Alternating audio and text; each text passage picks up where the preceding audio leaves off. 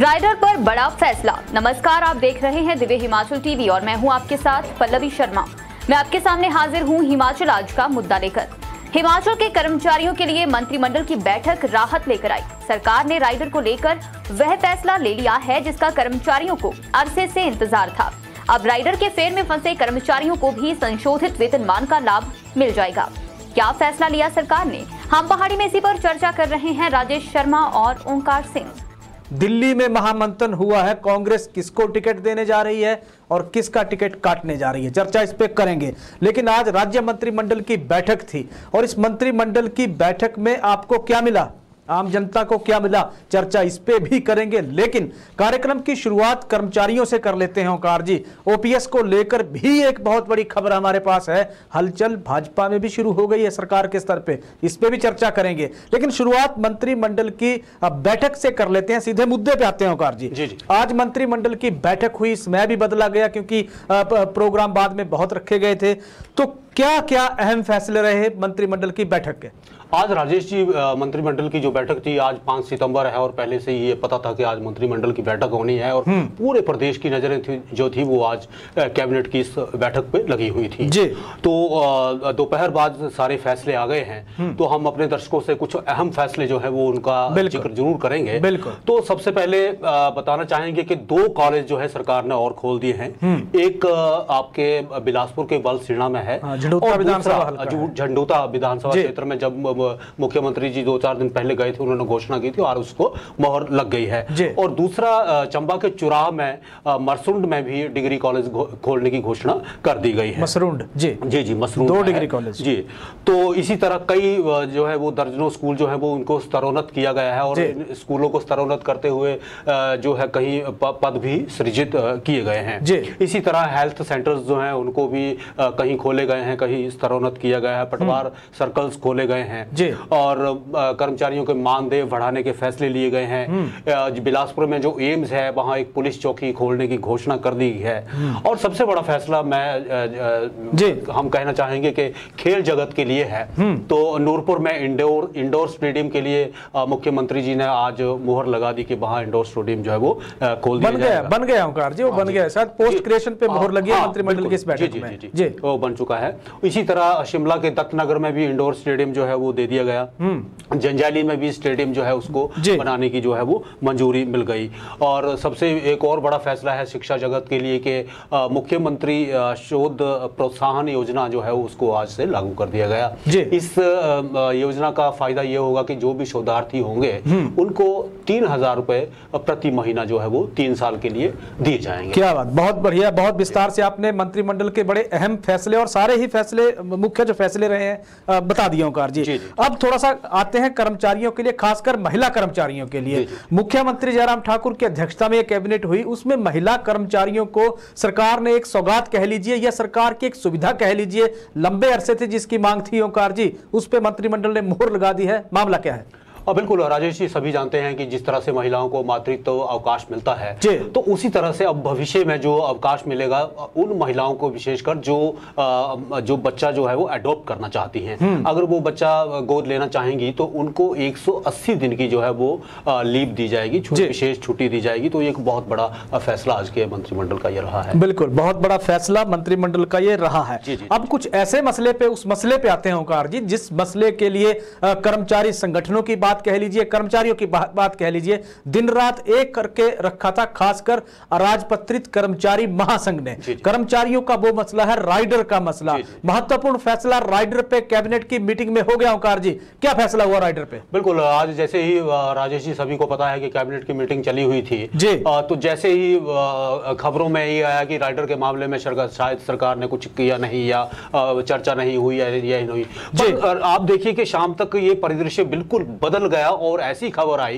कि कर्मचारी इससे जो है वो खुश हो पाएंगे, इससे एक निश्चिंत हो पाएंगे और अपने घर परिवार को एक खुशखबरी दे पाएंगे।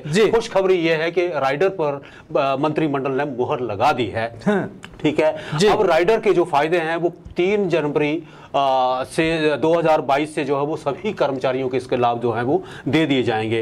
रेगुलर के लिए फाइनेंस जो वित्त विभाग जो रहता है वो 1-2 दिन में या 3-4 दिन में राजेश जी ये नोटिफिकेशन होने वाली है, ठीक है। इसके अलावा हम देखें तो जो कॉन्ट्रैक्ट के भी जो कर्मचारी रहते हैं तो उनको भी जो है वो कार्मिक विभाग जो है पर्सनल डिपार्टमेंट जो है वो 2-4 दिन में नोटिफिकेशन कर देगा।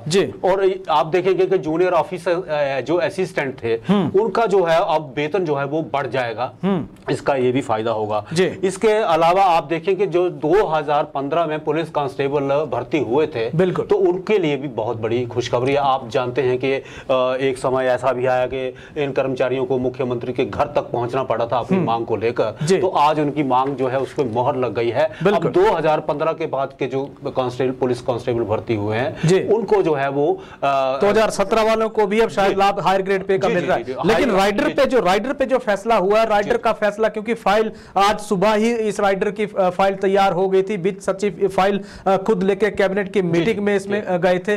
2 तरह के फैसले थे ओंकार जी, जिसमें कॉन्ट्रैक्ट और रेगुलर कर्मचारियों के लिए कहा जा रहा था कि क्या होगा या नहीं होगा। वो फैसला जैसा कि आपने जानकारी दी फैसला हो गया है। फैसला यह हुआ है कि इन सर्विस जो 3 जनवरी 2022 तक इन पोजीशन यानी कि जो जिस पोजीशन पे कर्मचारी काम कर रहा है सरकार उसके लिए संशोधित नोटिफिकेशन राइडर की अब जारी करने जा रही है। रेगुलर कर्मचारियों के लिए ये जो नोटिफिकेशन जारी करेगा फाइनेंस डिपार्टमेंट करेगा और कॉन्ट्रैक्ट के कर्मचारियों के लिए नोटिफिकेशन जो जारी करेगा डिपार्टमेंट ऑफ पर्सनल यानी कार्मिक विभाग इनके लिए नोटिफिकेशन जारी करेगा। तो जिस मुद्दे को लेकर, जिस मसले को लेकर और जिस प्रमुख मांग को लेकर प्रदेश भर के कर्मचारी सरकार पे दबाव बना रहे थे और हिमाचल जो राजपत्रित कर्मचारी महासंघ है वो मसले को लेकर लगातार सरकार के पीछे पड़ा हुआ था, वो मसला आज मंत्रिमंडल की बैठक में ओके हो गया है। अब पे जो रिवीजन रूल है वो जारी हो जाएंगे, उनमें संशोधन हो जाएगा और फिर प्रदेश भर के कर्मचारियों को लाभ इसमें अब मिलने जा रहा है। तो बहुत बड़ा ये मंत्रिमंडल का फैसला ओंकार जी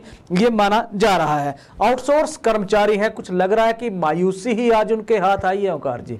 अभी मंत्रिमंडल के देखिए सब कमेटी के अध्यक्ष महेंद्र सिंह ने कहा था कि सितंबर में जो कैबिनेट हो रही है उसमें मसला जा रहा है, आज तो आया ही नहीं, कहां रह गई फाइल? जी राजेश जी, फाइल जो है वो बिल्कुल तैयार है। जो आउटसोर्स पॉलिसी के जो ड्राफ्ट कमेटी के अध्यक्ष हैं महेंद्र सिंह ठाकुर, उन्होंने बिल्कुल एक इशारा किया था कि हम 5 सितंबर को जो मंत्रिमंडल की बैठक होगी उसमें इस पे मोहर लग जाएगी और पॉलिसी जो है आउटसोर्स की पॉलिसी जो है उसको ओके कर दिया जाएगा। पर आज आप देखेंगे कि मंत्रिमंडल की बैठक वाले ही दिन शिक्षक दिवस है और इसमें बहुत सारे कार्यक्रम जो है वो राजधानी में चले हुए हैं। तो एक कारण ये भी हो सकता है कि सरकार जो है इन कार्यक्रमों में व्यस्त रही है और इस दौरान जो है ये फैसला नहीं लिया जा सकता है। हो सकता है मंत्रिमंडल की बैठक के अलावा भी ऐसे दिन, विशेष दिन रहते हैं जब मुख्यमंत्री एक शक्तिशाली कुर्सी पे बैठे होते हैं, वो कभी भी इस फैसले को कर सकते हैं। तो जैसे राइडर का फैसला आज बैठक के बाद भी इसको ले लिया गया है, तो हो सकता है 1-2 दिन में आउटसोर्स पॉलिसी वालों को भी सरकार इतना मायूस नहीं होने देगी। बिल्कुल मायूस नहीं होने देगी सरकार। एक पहलू इस चीज का ये हो गया, लेकिन इसका जो दूसरा पहलू है, जब इसी बात को लेकर चर्चा हमारी इस पे शुरू हुई, हमने जब इसकी तथ्यों को पड़ताल जब करना शुरू की तो एक चीज सामने आई ओंकार जी कि केंद्रीय जल शक्ति मंत्री का धर्मपुर विधानसभा क्षेत्र का दौरा होने जा रहा है और पिछले दिनों से लेकर अभी तक, क्योंकि आज जल शक्ति मंत्री खुद कैबिनेट में पहुंचे थे, लेकिन इससे पहले वो सिर्फ अपने विधानसभा क्षेत्र धर्मपुर में उसी दौरे की तैयारियों को लेकर व्यस्त रहे हैं और उसी व्यस्तता के कारण जो कमेटी या सब कमेटी की बैठक, जो अंतिम बैठक इसी आउटसोर्स पॉलिसी को लेकर होनी है, वो आज 5 सितंबर तक हो नहीं पाई है। अभी देखिए वो दौरा उनका होगा, उस दौरे के बाद ही फिर वो बैठक होने जा रही है। उसके बाद अब इसी तरह के कयास लगाए जा रहे हैं कि अगली मंत्रिमंडल की बैठक में आउटसोर्स का मसला आ जाएगा। आपने कहा पॉलिसी तैयार हुई पड़ी है, पॉलिसी बिल्कुल उन्होंने बना दी है, फैसला ही लेने की अब बारी है, जो फैसला सरकार ने लेना है ओंकार जी। पिछले कल हमने देखा कि मुख्यमंत्री ने होमगार्ड जवानों को एक तरह से मुंह मांगी मुराद दे दी ओंकार जी। लगातार साल भर के लिए वो सरकार से ड्यूटी मांग रहे थे, सरकार ने 12 महीने का ऐलान कर दिया, वहां उनको राहत मिल गई। आज मंत्रिमंडल में मुहर लगी एसपीओ के मानदेय बढ़ाने को लेकर। कितना मानदेय बढ़ा? बिल्कुल, आपने जिक्र किया कि सीएम साहब ने पिछले कल ही 8,000 जो होमगार्ड्स हैं सुंदरनगर से ऐलान जी सुंदरनगर से ऐलान किया था कि अब उनको 12 महीने जो है वो ड्यूटी पे तैनात किया जाएगा और जो भी है वो किया जाएगा। तो आज जो है एक बहुत बड़ी खबर उन लोगों के लिए है जो स्पेशल पुलिस ऑफिसर्स हैं और विशेषकर जो ये ऑफिसर्स हैं ये सीमा पे तैनात रहते हैं प्रदेश की सीमाओं पे और ये बहुत कई बार जोखिम भरी परिस्थितियों में भी काम करते हैं। तो सरकार ने एक बड़ा कदम ये लिया है कि उनके मानदेय में प्रति माह जो है वो 900 रुपए की वृद्धि कर दी है। तो इससे कम से कम 510 जो एसपीओज हैं और उनको ये बहुत बड़ा लाभ मिलने जा रहा है। बिल्कुल लाभ मिलने जा रहा है। लाभ एक और वर्ग है ओंकार जी, और राज्य जो पर्यटन विकास निगम है इसके जो कर्मचारी हैं उनके लिए भी सरकार के एंड से राहत की खबर आ रही है। आज निदेशक मंडल की बैठक थी, मुख्यमंत्री जयराम ठाकुर इस मंडल की बैठक में पहुंचे, अध्यक्षता उन्होंने मीटिंग की और उन्होंने ये वहां ऐलान किया कि जितने भी पर्यटन विकास निगम के 1300 कर्मचारी हैं इन सभी कर्मचारियों को संशोधित वेतनमान दे दिया जाएगा। एक बहुत बड़ी खबर इस तरह से। और उन्होंने ये कहा कि इनके जो इस वेतन पे है इसमें 12.5 करोड़ का एक तरह से सरकार पे 12.5 करोड़ सरकार इनके वेतन इस संशोधित वेतनमान पर खर्च करने जा रही है। 1 जनवरी 2016 से ही इन कर्मचारियों को भी लाभ मिलने जा रहा है। यानी कि मंत्रिमंडल से के अंदर से भी खबर राहत भरी है और मंत्रिमंडल के बाहर से भी खबर राहत भरी है। राहत भरी खबर ओपीएस के आंदोलन पे के लिए डटे उन कर्मचारियों के लिए भी है ओंकार जी, एनपीएस के उन कर्मचारियों के लिए भी है जो भरी बरसात में क्रमिक अनशन अभी 4 लोकसभा क्षेत्रों में छेड़े हुए हैं। खबर यह आ रही है कि एक तरह से हलचल भाजपा में भी कर्मचारियों की पुरानी पेंशन की बहाली को लेकर शुरू हो गई है। और ये खबर जो खुद मीडिया में दी है ये जयराम कैबिनेट के एक कैबिनेट मिनिस्टर ने ही दी है ओंकार जी। क्या खबर दी है उन्होंने? बिल्कुल, राजेश जी कैबिनेट मिनिस्टर हैं, उनका नाम है विक्रम ठाकुर, उद्योग मंत्री हैं हिमाचल के। तो उन्होंने ये बड़ी आप देखेंगे बिल्कुल ब्रेकिंग बहुत ज्वलंत मुद्दा हिमाचल का। ब्रेकिंग न्यूज इसलिए मैं कह रहा हूं कि ओपीएस के लिए पिछले कई महीनों से जो है एक संघर्ष चला हुआ है और हजारों कर्मचारी इस संघर्ष को जो है वो जारी रखे हुए हैं। आज जब उद्योग मंत्री विक्रम ठाकुर देहरा में थे तो देहरा में उन्होंने जब अपने संबोधन में वो बोल रहे थे तो बीच बीच में उनके मुंह से ये बात निकल गई कि आप जो है किसी के बहकावे में मत आइए, भाजपा ही ओपीएस को बहाल करेगी। और इसका उन्होंने एक बड़ा ज्वलंत जो है वो उदाहरण दिया। उन्होंने कहा कि ओपीएस की बहाली के लिए मुख्यमंत्री जयराम ठाकुर जी 3-4 दिन पहले जब दिल्ली गए थे तो केंद्र सरकार के पास उन्होंने इस मसले को रखा है और उस मसले पे केंद्र सरकार ने अपनी सहमति भी जता दी है। तो आने वाले दिनों में उन्होंने कहा कि ओपीएस को लेकर कर्मचारियों को एक बहुत बड़ी खुशखबरी वो देने जा रहे हैं। मिल सकती है ऐसा उन्होंने कहा, खुशखबरी मिल सकती है। बिल्कुल। तो जितने भी एनपीएस के कर्मचारी देखिए भरी बरसात में बैठे हुए 1.25 लाख या 1,33,000 कर्मचारी राहत की उम्मीद लगा के बैठे हुए। कांग्रेस पहले वादा कर चुकी है, पहली ही गारंटी कर्मचारियों की पुरानी पेंशन बहाली के लिए है। अब भाजपा के एंड पर भी हलचल शुरू हो गई है। एक तरह से दिल्ली में जिस तरह की बातें हुई है और विक्रम ठाकुर ने जिस तरह से एक आके बयान दिया है वहां से लग रहा है कि कुछ ना कुछ राहत भरी खबर एनपीएस के कर्मचारियों के लिए भी आएगी। और एक सुबह ऐसे भी होगी जिसका वो दावा कर रहे हैं एनपीएस के तमाम कर्मचारी कि ओपीएस की बहाली का सूरज निकलेगा जरूर।